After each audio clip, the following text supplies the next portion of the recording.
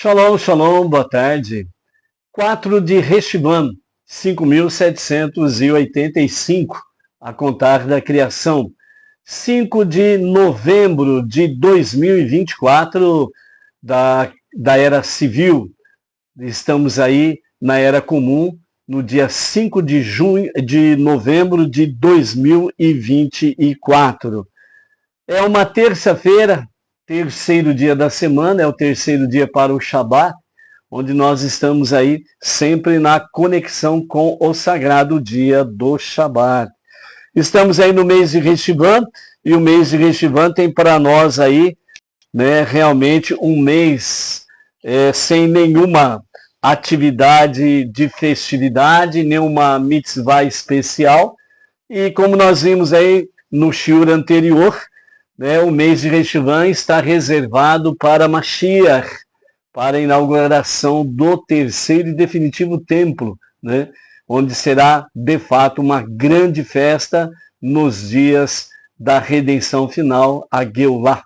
Né? Baruch Hashem por isso. Então, com a graça bendita, o mês de Reshvan, que nós possamos aí preservar as nossas vidas, né, debaixo da custódia, da luz dos olhos de Hashem, da sua Torá, dos seus mandamentos, né, seus preceitos, para podermos aí realmente chegarmos no dia da redenção final e vermos aí Mashiach com a inauguração do terceiro e definitivo templo. A tribo que está conectada com o mês de Reshvan é a tribo de Menashe. A Menashe é o primogênito de Yosef, José, derivando da palavra esquecer, literalmente significa saltar para cima e para longe. Menashe sugere o poder do tzadik, Yosef, de nos fazer esquecer as provações, dificuldades, tribulações deste mundo com a vinda de Mashiach. Pelo poder e sentido de Menashe, todo sofrimento deste mundo se transformará e metamorfoseará no prazer dos dias de Mashiach, a era messiânica. O nome Menashe permuta-se para grafar Neshama, que significa alma. Menashe representa o sentido de revelar a alma divina em Israel, né? Então, a tribo de Menashe, a sua importância para o mês de Reshvan. Na Torá, Moshe é chamado de Menashe, pois Menashe é Moshe, Moisés. Com um nun adicional à letra de Reshvan, lembra que nós comentamos aqui sobre o nun, Sofi, né? O nun no final da palavra Reshvan, né? É um nun Sofi. Sobre Moshe foi dito, ele é o primeiro redentor e ele é o redentor final, né? Como está em Shemot Rabbah 4.2, Zohar, né? 253a, Sha'ar HaPesukim, Vairi, Toraor, né? Início de Mishpatim, que fala essas questões, né, de Moshe ser o primeiro redentor e ele ser o último redentor, ou redentor final, né? Em sua primeira vida, como o primeiro redentor, ele não atingiu o 50º portal do entendimento, né? O entendimento do próprio Deus, por assim dizer, a sua mais profunda intenção na criação do universo. Quando ele retorna como Mashiach, receberá para sempre o 50º portal, o Nun de Mashiach, o segredo de Menashe, né? Moshe Nun, né? No Zohar, aprendemos que quando Moshe pela primeira vez deixou este mundo, recebeu o 50º portal, mas foi sepultado na sequência. Através do estudo da Mishnah, né, no tempo do exílio, revelamos a Neshama de Israel e, portanto, merecemos a redenção de Moshe, Mashiach, a revelação para todos na terra no 50º portal. Trocando em miúdos aqui, né, vamos assim dizer, Moshe, né, primeiramente Menashe, né, a tribo de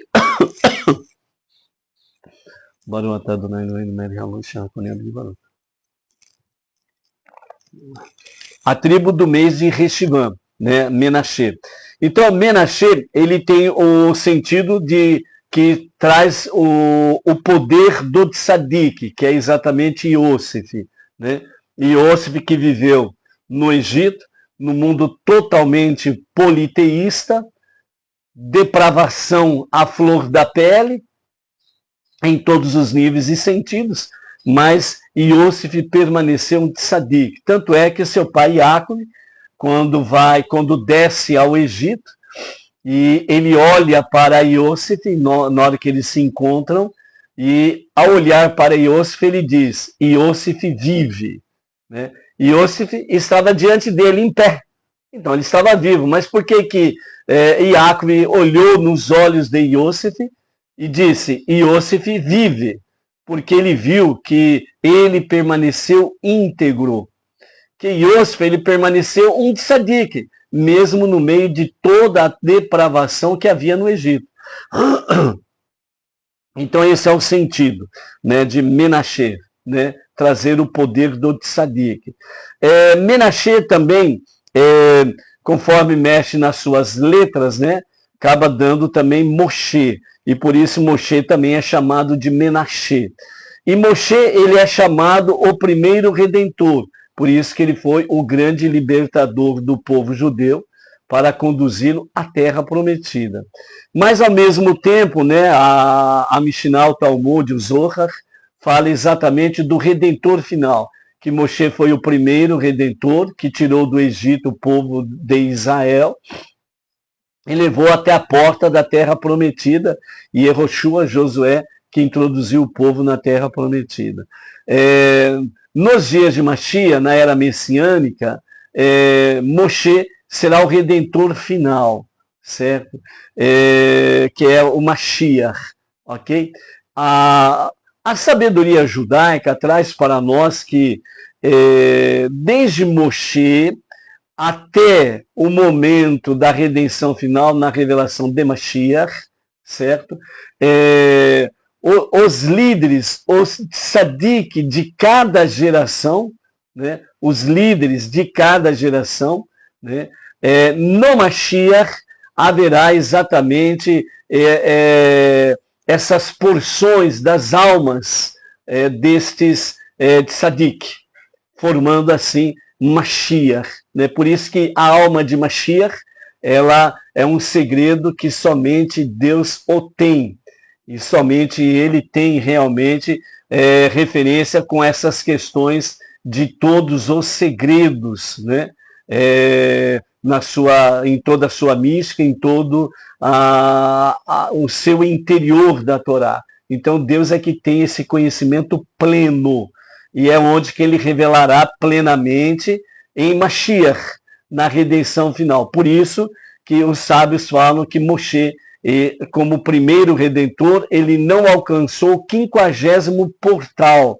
Que portal é esse? É o portal da sabedoria divina, certo? Por isso, os nossos mestres falam que nos dias de Mashiach, que terá, né, estas frações das almas desde Moshe até a presente data, de cada tzadik, de cada geração, o líder de cada geração, certo? Então trará esse 50º portal da sabedoria divina. E é por isso que os mestres falam que nos dias de Mashiach, né, o conhecimento, o ensinamento da Torá será tão intenso, tão profundo, tão elevado como nunca houve. É o 50º portal da sabedoria divina. Entendeu?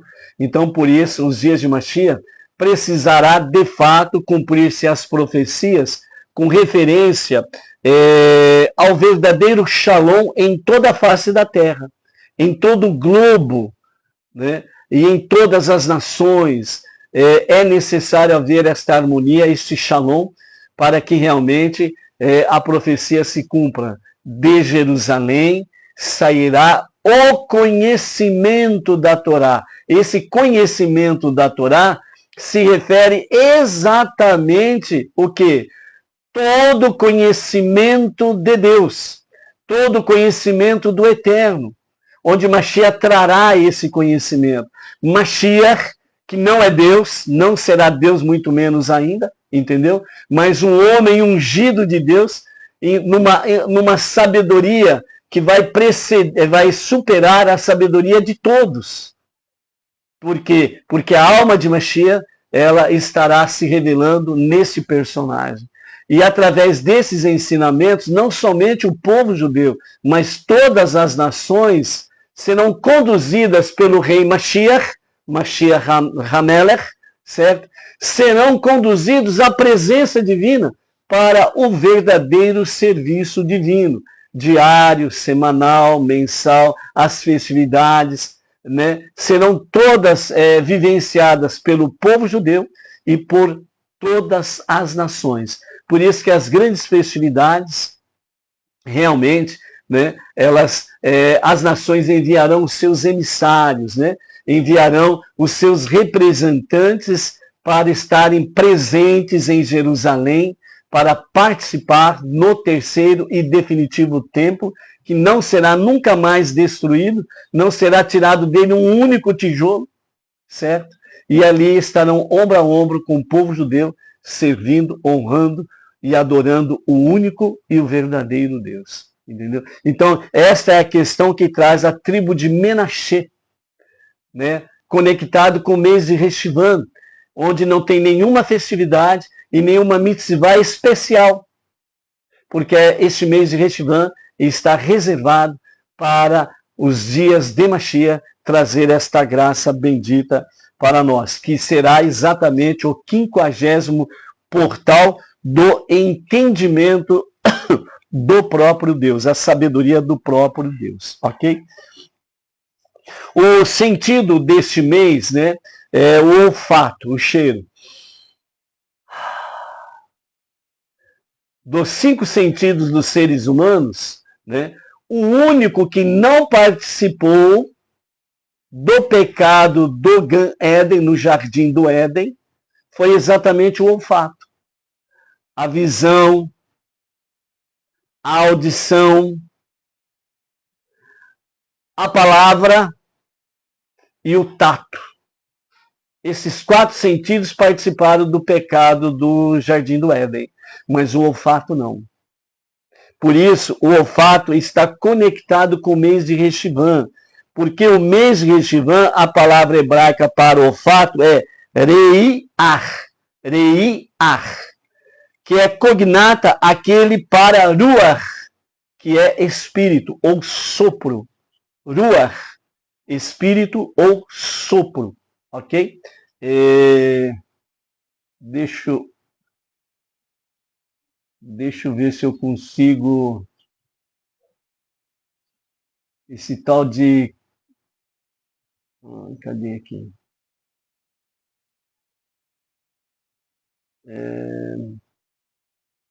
Vamos bloquear esse fulano aí, que ele só vem para atrapalhar aí, ok? Ou seja, o olfato ele está conectado com ruach, que é espírito, né? Ou sopro. Então vejam bem, na criação, para completar a criação, então o Eterno, o único Deus, o único Criador, Redentor e Salvador, ele reservou como último ato da criação, né, exatamente criar o ser humano. Então ele pegou do norte, sul, leste, oeste, ele pegou uma porção de terra de cada localidade do planeta, das regiões do planeta. E ali ele formou o boneco de barro. Até então era um boneco de barro. Aí ele soprou em suas narinas o fôlego de vida. E aí então passou a ser alma vivente. Por isso escrito está que da terra foste tirado e da terra voltará. Ok? Mas aí Deus ele soprou nas suas narinas o fôlego de vida. É exatamente a ruach. o sopro, o alento de vida. E aí passou a ser alma, alma vivente, ok? Então os nossos sábios ensinam que o olfato, né, ele é o único sentido que a alma desfruta e não o corpo. Então, quando você sente um bom cheiro, né, não é o seu corpo que está se deliciando, é a sua alma. Então, por isso, o cheiro da Torá, o cheiro do estudo da Torá, o cheiro das mitzvot, os mandamentos, preceitos de Hashem, o cheiro agradável que quando nós obedecemos à vontade divina, sobe para Hashem, é o bom cheiro. É sermos um bom perfume para Deus. Entendeu? Então, este olfato é exatamente nesse sentido que a nossa alma desfruta. Então, por isso, o nosso serviço diário, o nosso estudo da Torá, a nossa techuvá, a nossa tzedakah, então são delícias que produzem um bom cheiro, onde a nossa alma, ela desfruta disso. E a nossa alma divina se fortalece no serviço a Hashem. Entendeu? Então, o olfato, vejam a preciosidade da questão do olfato nesse sentido. Então, a alma, a Neshama, é uma permutação de Menashe, né? Conforme mexe nas letras de Menashe, da Neshama, ok? Que é a alma. Como foi já mencionado, né? O sentido do olfato é o único sentido que não participou e, portanto, não foi maculado ou corrompido no pecado primordial do homem no Jardim do Éden. É o sentido que salvou o povo judeu na época de Mordecai e Esther, que são chamados de Mor-ve-hadas. Mor-ve-hadas. Ou seja, mirra e murta. Mordecai é a mirra. Ve-hadas. Hadassa, que é o nome original e verdadeiro de Esther. Hadassa, Hadas, que é exatamente a murta. As duas fontes primárias de fragrância. Está declarado explicitamente que o sentido, né, o sentido de Mashiach é o olfato. Ele cheirará na reverência a Deus. Ele julgará pelo odor, cheiro, ao invés de pela visão ou audição, como está lá em Shayahu 11.3 e Sanhedrin 93b. Por meio de seu sentido do olfato, sua Ruach HaKodesh, o Espírito Sagrado, Mashiach saberá como conectar cada alma judia à sua raiz divina e assim identificar sua tribo, o seu ramo, em Israel. Ou seja, de acordo com isto, né, tanto com Ishayahu 11.3, Sanhedrin 93b, Mashiach, ele vai, nos dias da redenção final, ele vai pelo cheiro. É ele que vai dizer a cada ser humano, você é judeu, você não é judeu, você é da nação tal. Você é judeu, da tribo tal, o seu ramo, a sua raiz é tribo tal. Então vai para aquele lugar. Naquela localidade, né, que a terra voltará a ser habitada pelas 12 tribos, não haverá espaço para gentil, não haverá espaço para não-judeus, também não haverá espaço para nenhuma idolatria, porque as religiões cairão por terra. As religiões não existirão mais. Porque as religiões são criações de homens, não de Deus. A única criação religiosa divina é o judaísmo. Monte Sinai. Monte Sinai. Há uma passagem, não me lembro exatamente agora, há uma passagem que existe no NT, né, o chamado Novo Testamento, e Deus ele é tão misericordioso que ele faz com que os homens eles constroem as suas religiões e os seus livros, mas ele faz com que eles acabem escrevendo certos detalhes para poder, de fato, despertar a alma divina em cada ser humano. O objetivo divino é este. Ele não interferiu na livre escolha dos homens construírem religiões ou livros, dizendo que esses livros são sagrados, etc. e tal. Mas o que ele fez foi induzir as pessoas a escreverem certas coisas dentro delas para que pudessem realmente despertar a alma divina em cada ser humano. Por isso que um dos sábios, né, um dos comentaristas, né, sobre essas questões, ele diz assim: toda religião tem alguma coisa boa.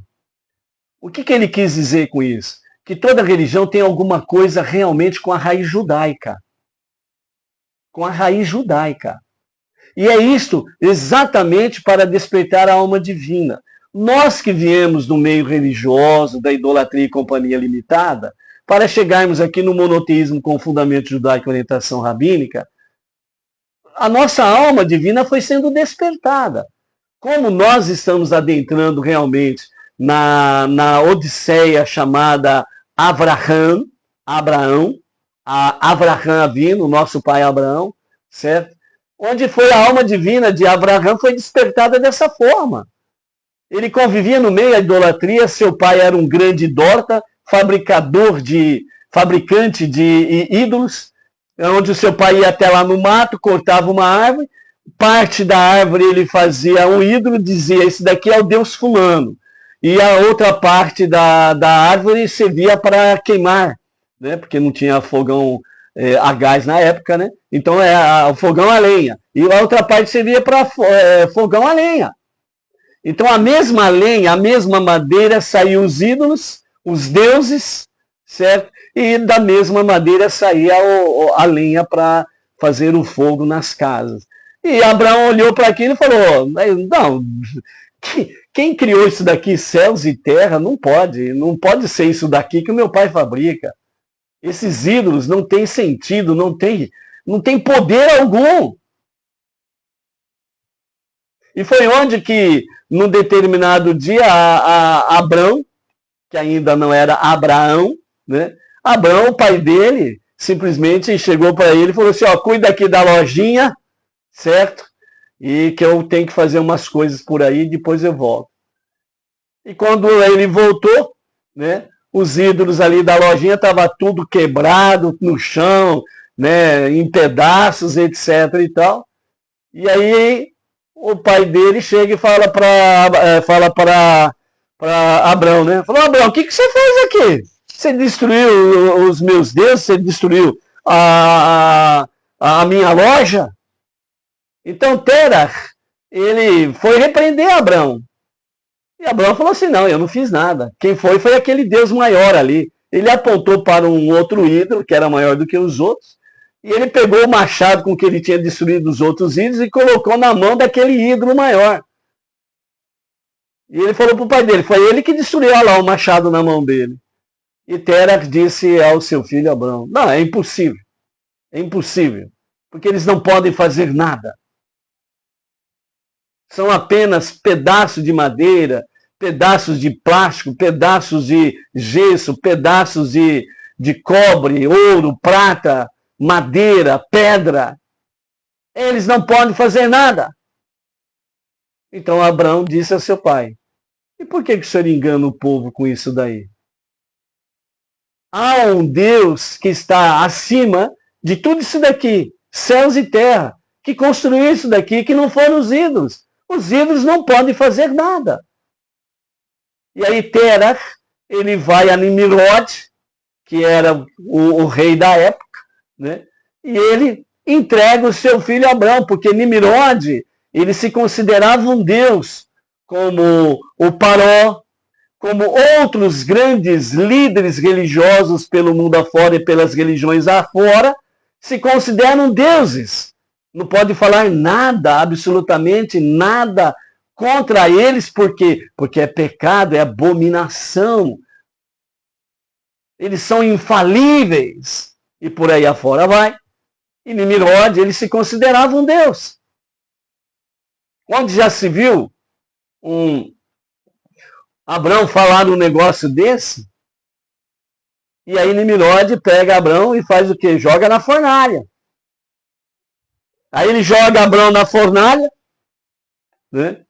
E manda esquentar a fornalha, pôr mais fogo ainda, e Abraão está lá, está vivo.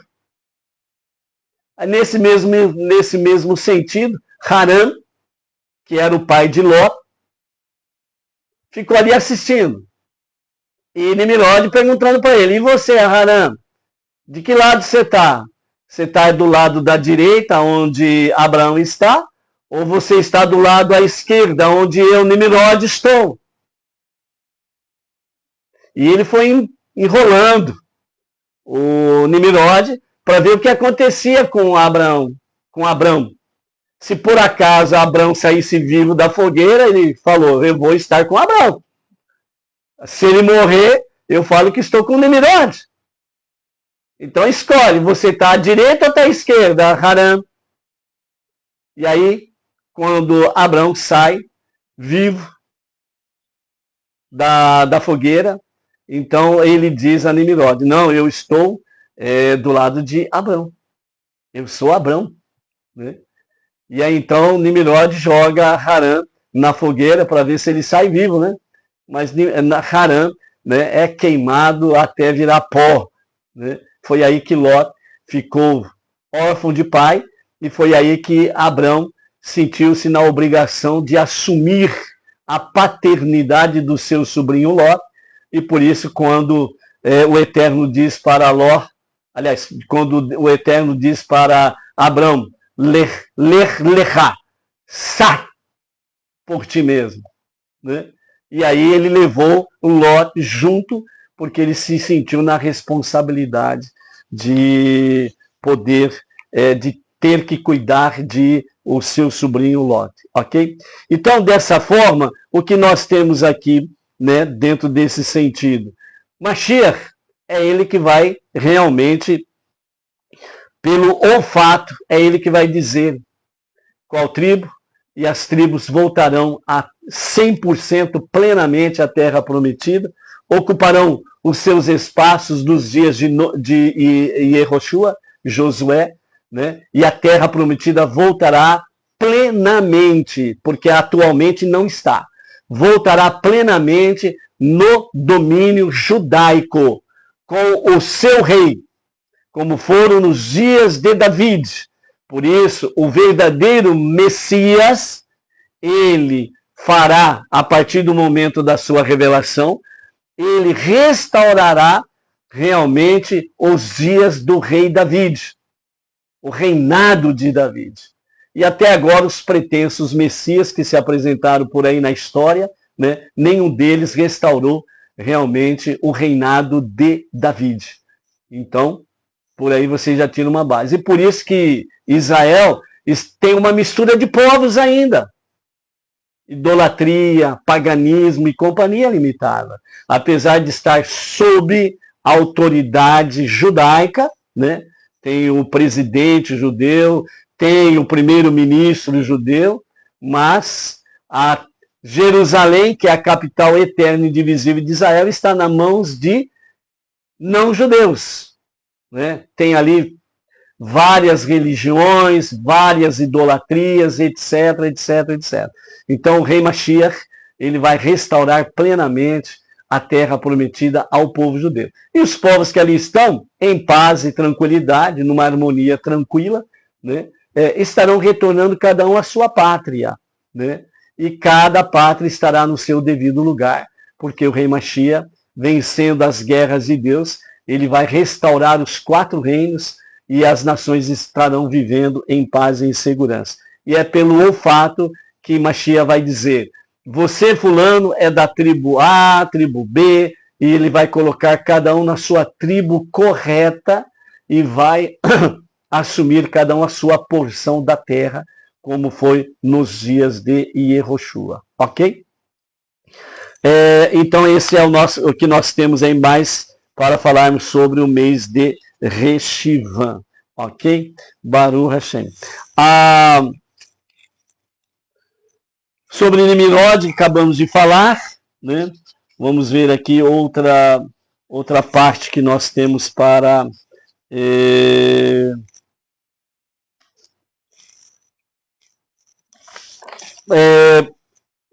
Abrão, né? Como nós temos aí, né, no início da Parashá, Ler Lechá, né? Os nossos mestres falam que o monoteísmo não foi algo assim muito fácil para poder chegar aonde Abraão chegou, né? Como nós temos aí a questão do Nimrod, ele ser jogado na fogueira, né? Abraão, ele passou realmente por 2 primeiros testes, né? O primeiro foi exatamente Nimrod tenta matar Abraão. O segundo teste, ele é lançado no fogo por Nimrod, né? Então, depois nós temos aí no capítulo 12, né, que é o início da nossa Parashá, o terceiro teste, né, para deixar a sua casa, onde Deus disse a Avram, Ler Lechá, né, vai embora, vai para teu próprio bem, saia da tua terra, do lugar de teu nascimento, da casa do teu pai, para a terra que eu te mostrarei, né? Ali eu farei de ti uma grande nação, eu te abençoarei com riquezas, eu farei grande ao adicionar mais uma letra ao teu nome, que lá na frente ele muda o nome de Abrão para Abraão, e tu terás poder de abençoar outras pessoas. Eu abençoarei aqueles que te abençoarem, e quem quer que te amaldiçoe, eu amaldiçoarei. Todas as famílias da terra abençoarão seus filhos para sempre iguais a ti. Avram foi embora conforme Deus lhe havia dito e Lot foi com ele. Avram tinha 75 anos de idade quando ele deixou, né, Haram, ok? Então aqui nós temos exatamente a questão de Ler Lechá, vá por você. Segundo os nossos mestres, também pode ser entendido como vá para você. Vá para você. Essa Parashá Ler Lechá, ela é o seguinte: Abraão não podia esperar nada de ninguém. Ler Lechá, vá, né, como diz um dos mestres aqui, vá por você. É você que precisa decidir. É você que precisa tomar a decisão e colocar-se em marcha, em frente. Você não pode esperar nada de ninguém. Os nossos mestres falam que antes desta ordem divina, Ler Lechá, né, Abraão estava vivendo essas circunstâncias que nós acabamos de falar com seu pai Terach, a idolatria, companhia limitada, e ele se questionando, né, que os ídolos, os deuses ali conhecidos, né, os ídolos, jamais poderiam ter feito qualquer coisa, por menor que fosse, daquilo que ele estava contemplando, céus e terra. Então ele olhava para os céus e a terra e falava, não pode ser, esses ídolos não fizeram absolutamente nada. Eu estou vendo aqui o meu pai enganar o povo. Eu estou vendo aqui como que se fabrica ídolos.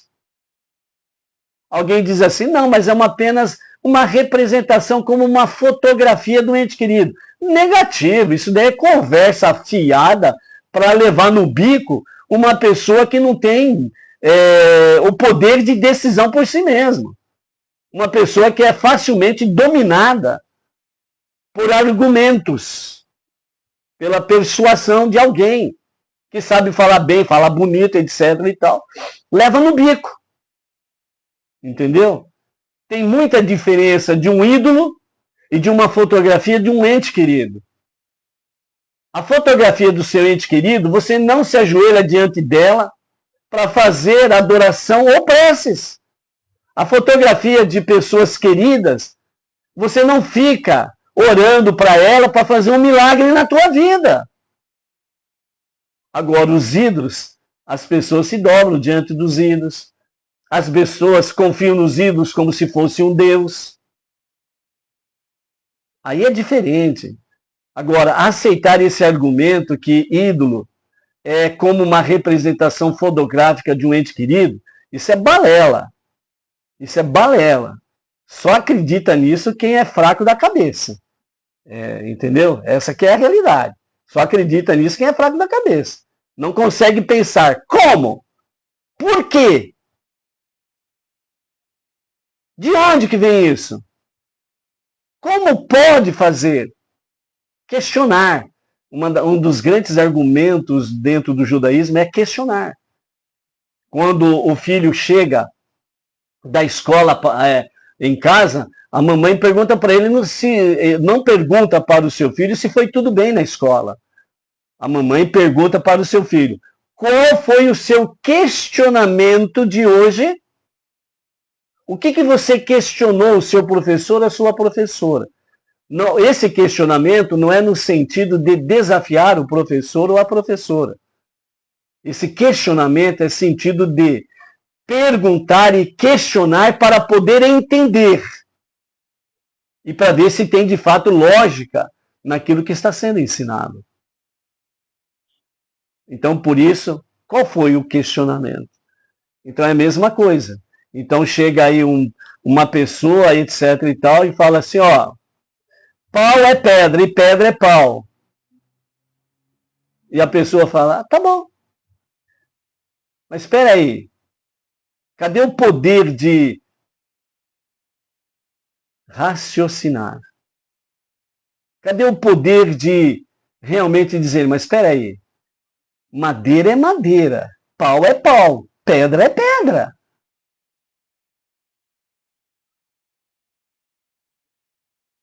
Como pode um ídolo que foi tirado do pau, da pedra, do gesso, do plástico,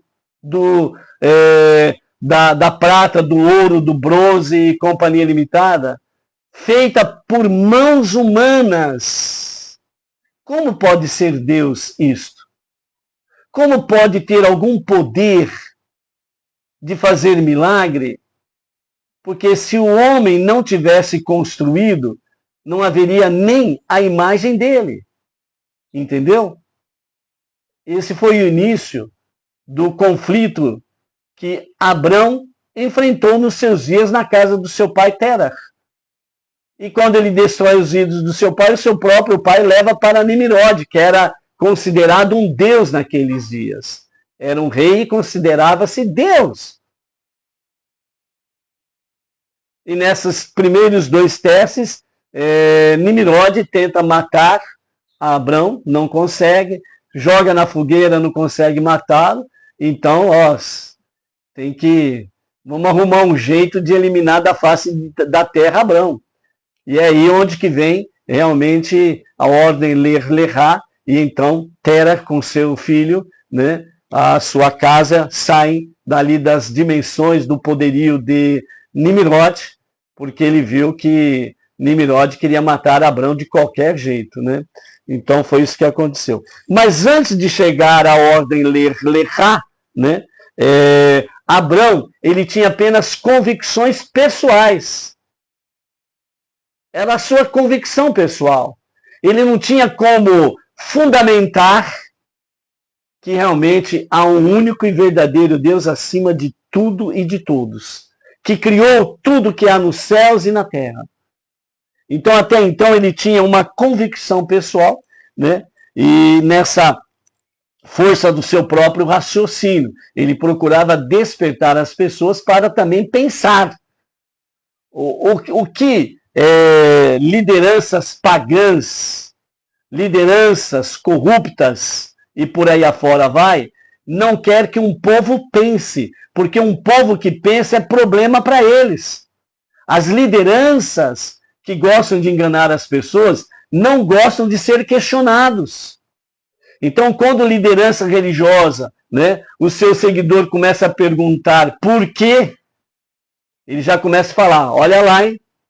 Você vai ficar endemoniado, você vai ficar possesso, você não pode tocar no ungido do Senhor. Uma outra mentira, porque ungido de Deus é o povo judeu, não é o líder fulano, beltrano e cicrano.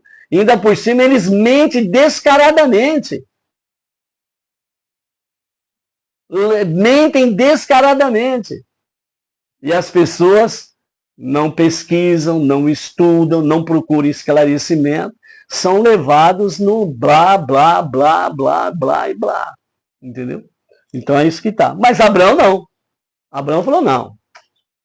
De jeito nenhum. Nem meu pai, nem minha irmã, mesmo com o perigo de eu perder a minha vida, não vão me levar no bico. Não vão me levar no blá, blá, blá, não.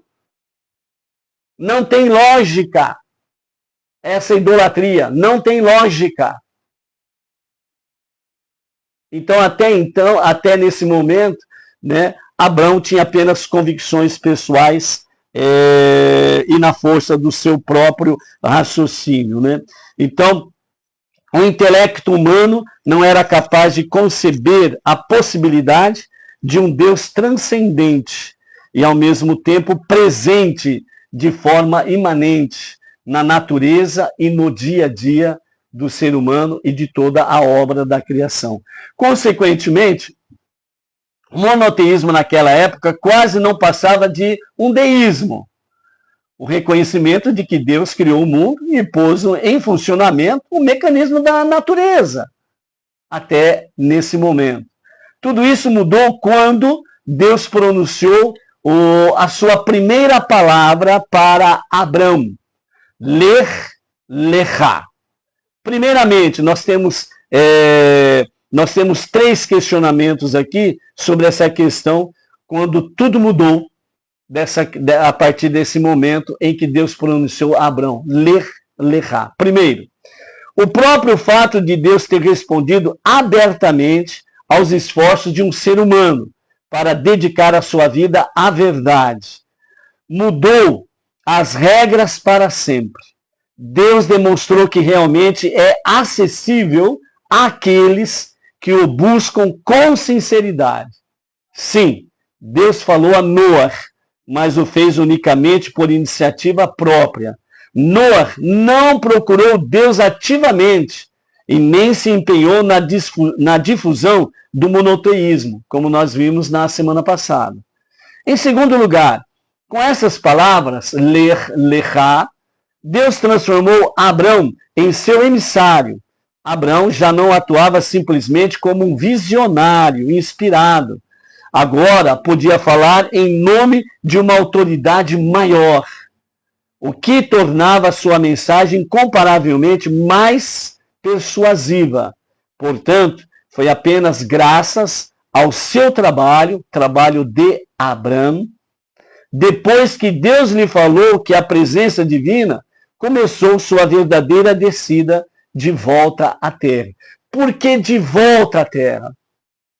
Porque quando Deus, na criação, ele criou todas as coisas, então ele vinha estar com Adão. Então Deus, né, a presença divina, certo? Descia da sua glória e ela se fazia presente, né? A presença divina. Se fazia presente ali com Adão e conversava com Adão. Quando Adão peca, a presença divina se recolhe. Então ela se ausenta da face da terra. Então a presença divina se ausenta. Quando Abrão, ele vem por iniciativa própria buscar a verdade e o Deus verdadeiro, é onde que então Deus, a presença divina, ela volta a se revelar na face da terra. E diz a Abrão, Lech-Lechá, vá por ti mesmo. Ok? Então, essa foi a segunda questão. E a terceira questão, né, finalmente, o mais importante foi quando Deus lhe disse, vai, ler. Deus fez a Abrão uma nova pessoa, que a partir daí poderia desenvolver-se superando suas próprias habilidades.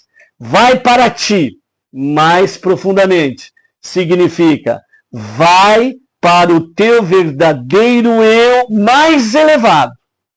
O eu que jamais conseguirias atingir sozinho.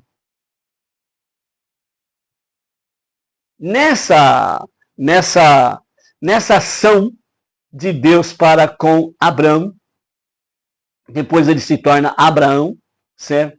Então, quando o ler-lerá, ele vem com mais profundidade. No nível literal, no nível superficial, ler-lerá, né? Ou seja, sai da tua casa, da tua parentela, né? E vai para um lugar que eu te mostrarei, certo? Então, de forma simples. Mas de forma mais profunda, o significado é vai para ti mesmo. Vai para ti mesmo. Ou seja, vai para o teu eu verdadeiro, mais elevado, o que jamais conseguirias atingir sozinho. Ou seja, quando uma pessoa bate no peito e diz, eu sou, pobre coitado. Quando uma pessoa bate no peito e diz, eu conquistei, eu tenho, eu sou isso, eu sou aquilo, patati patatá, na realidade ele é um verme e uma lombriga. Nada mais do que isso. Um verme e uma lombriga. Jamais poderemos alcançar o nosso eu verdadeiro interior se não estivermos em Hashem. Se não estivermos em Hashem, nós não alcançamos o nosso verdadeiro eu interior. E esse verdadeiro eu interior é exatamente a nossa alma divina coordenando a nossa vida. E não a nossa alma animal, a nossa alma bruta, selvagem. Entendeu? O porquê vai para ti mesmo? Então, a definição de um indivíduo divino não deixou de ser aquele que se liga a Deus conforme os limites da capacidade humana. E se tornou aquele que se liga a Deus progredindo infinitamente além dos limites da capacidade humana. Por isso, o estudo da Torá é infinito. O nosso serviço a Hashem é infinito. A nossa busca por Hashem dia a dia é infinito. A nossa alma divina é infinita. O buscar o nosso verdadeiro eu interior é uma busca infinita que nós não podemos parar. Então, a lição que começa ler-lerá para cada um de nós no princípio da nossa paraxá é exatamente esta, onde que realmente Deus quer que nós tenhamos realmente a nossa personalidade divina inata, que é a nossa alma divina, e de nossa ligação com Ele. É isso que Ele quer de cada um de nós. Por isso que após o dilúvio, né, verdadeiramente, a Teshuvá se tornou algo real e verdadeiro. Para que nós possamos continuamente essa busca para andarmos e vivermos com a verdade e com o único e o verdadeiro Deus. É a nossa busca incessante até realmente chegarmos na redenção final com o justo Mashiach. Ok? Dentro desse aspecto aqui, o nosso Rebbe Menachem Mendel, ele comentando como introdução à nossa Parashá Ler-Lechá, ele nos fala coisas muito importantes que nós precisamos ter foco e precisamos analisar cada vez mais. Então, ele nos diz assim, a Parashá Bereshit, que é a primeira porção de cada ciclo dos estudos de Torá, concentra-se no tema da criação. Deus trazendo o mundo à existência. Isso expressa o poder dos reinos superiores, ele trazendo a existência. O tema da Parashá Noach que é a segunda paraxá, é o refinamento dos reinos inferiores, o mundo inferior, o nosso mundo físico. Por isso que o dilúvio, ele fez um refinamento dos reinos inferiores. Através do serviço divino de Noé, o homem justo da sua geração, e em particular através do dilúvio. O tema da nossa paraxá dessa semana, Lech Lechá, né, que é a terceira porção, é a fusão dos reinos superiores e inferiores. Bereshit, reino superior. Noé, reino inferior. Lech Lechá é a ponte entre os dois. E essa ponte entre os dois, ela traz um reino inferior e o reino inferior. Dessa forma, então, Lech Lechá traz para nós a fusão do reino superior e o reino inferior. Ok?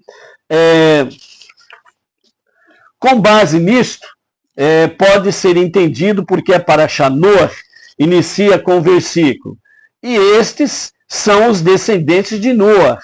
Noé era um homem justo. Porque o foco da paraxá é o que Noé alcançou através do seu serviço divino. Como Rashi, ele enfatiza e traz para nós nos seus comentários, os descendentes dos justos são seus bons atos. Os descendentes dos justos são os seus bons atos. Em contraste, o nascimento de Noé, e até Noé encontrou favor aos olhos de Deus, veio não como resultado do seu serviço divino, mas em virtude de uma iniciativa de cima, uma iniciativa divina. Isto é, unicamente a iniciativa do Eterno.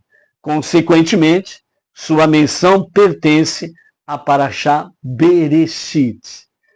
Pela mesma razão, certos aspectos da vida de Abraão, ou Avraham, são contados especificamente na paraxá Noé. No final da paraxá Noé tem a introdução sobre Abraão.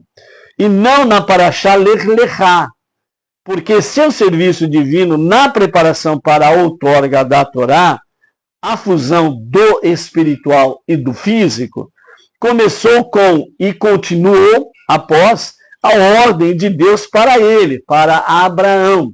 Lech Lechá, vá para ti. Quando ele deixou Harã e foi para Eretz, Israel, em contrapartida, o nascimento de Avraham e essas dimensões de seu serviço divino, que precedeu esta viagem, foram principalmente uma continuação e uma consumação do refinamento e elevação dos reinos inferiores, que começou com o serviço divino de Noé.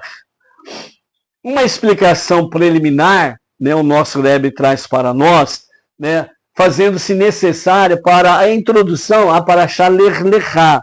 Né? Então nos diz, para entender por que o serviço divino de Abraão, que constituiu a preparação para a outorga da Torá, começou especificamente depois que ele recebeu a ordem de Deus, Lech Lechá, saia. O Midrash comenta da seguinte forma: associa a ordem de Deus, Lech Lechá, com o ato de Avraham de suplicar a misericórdia de Deus para os habitantes de Sedom, né, mais conhecido como Sodoma. Nisso, Avraham difere de Noé, que não implorou a misericórdia de Deus pela geração que foi destruída pelo dilúvio. Isso só por si parece exigir explicação. A súplica de Avraham para Deus por misericórdia para os habitantes de Sedom apenas compreendia o pedido para que fossem salvos pelos méritos dos indivíduos justos que poderiam ter vivido lá. Como explica o Zohar, uma vez que suas súplicas foram baseadas no mérito dos justos, quando viu que 10 indivíduos justos não foram encontrados na cidade, ele cessou pelas suas súplicas, ou com as suas súplicas.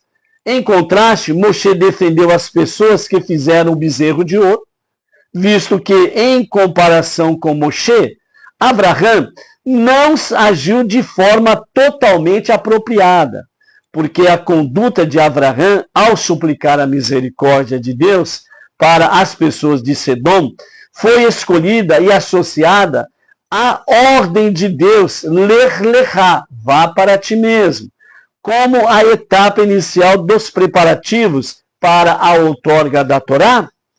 A resolução é a seguinte: pode-se explicar que a inter-relação dos reinos espirituais superiores com os reinos materiais inferiores não começou de fato até a outorga da Torá. O serviço divino de Abraão foi apenas um passo preparatório. Portanto, suas súplicas em nome dos habitantes de Sedom foram simbolizadas exatamente pelos reinos materiais inferiores. Não eram por causa do mérito deles, mas pelo mérito dos justos. Desta forma, os três diferentes padrões de conduta, Noah, Abraão e Moshe, caracterizam exatamente três etapas, ou três eras, em que viveram: a era anterior ao preparativo para a outorga da Torá, a era em que esses preparativos ocorreram e a era da outorga da Torá, ou seja, Noah, Abraão e Moshe. Então, o que nós temos aqui de fato é, desde Bereshit, a preparação realmente de Adon Olam, o soberano dos mundos, o único Deus todo-poderoso e único Criador, era exatamente o quê? Tudo uma preparação para a outorga da Torá, com Moshe. Porque essa preparação não teve uma fusão, literalmente falando. Mas quando nós chegamos em Moshe e no Monte Sinai, a revelação, o Aseret Hadbrot, os 10 ditos de Hashem, conhecido popularmente como os 10 mandamentos. Foi aí que aconteceu literalmente a fusão do espiritual e do físico. O céu desceu para a terra se elevou às alturas para ter uma fusão entre o divino e o físico, Deus e o homem.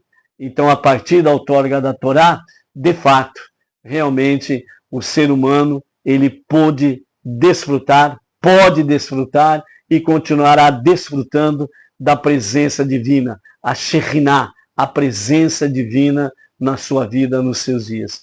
Então, Abrão, ele já vem de uma forma mais elevada para trazer esse aspecto. Bereshit, os reinos superiores. Noah, o reino inferior.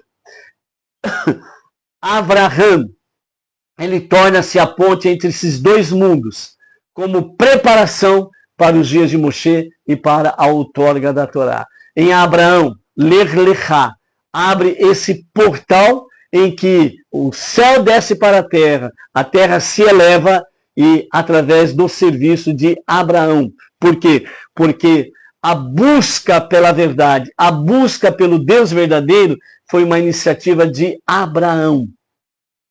E isso trouxe, de fato, sem sombra de dúvidas, a possibilidade de que o Monte Sinai selaria, de fato, essa fusão Deus e humano, o físico, o espiritual e o físico, fazendo uma fusão e realmente não havendo uma perspectiva de um Deus distante, mas um Deus presente na história da humanidade, na natureza, e nós podemos viver toda esta realidade no nosso dia a dia, para que nós possamos chegar à nossa terra prometida, que é a redenção final com o justo e o verdadeiro Mashiach a qualquer momento e a qualquer momento mesmo.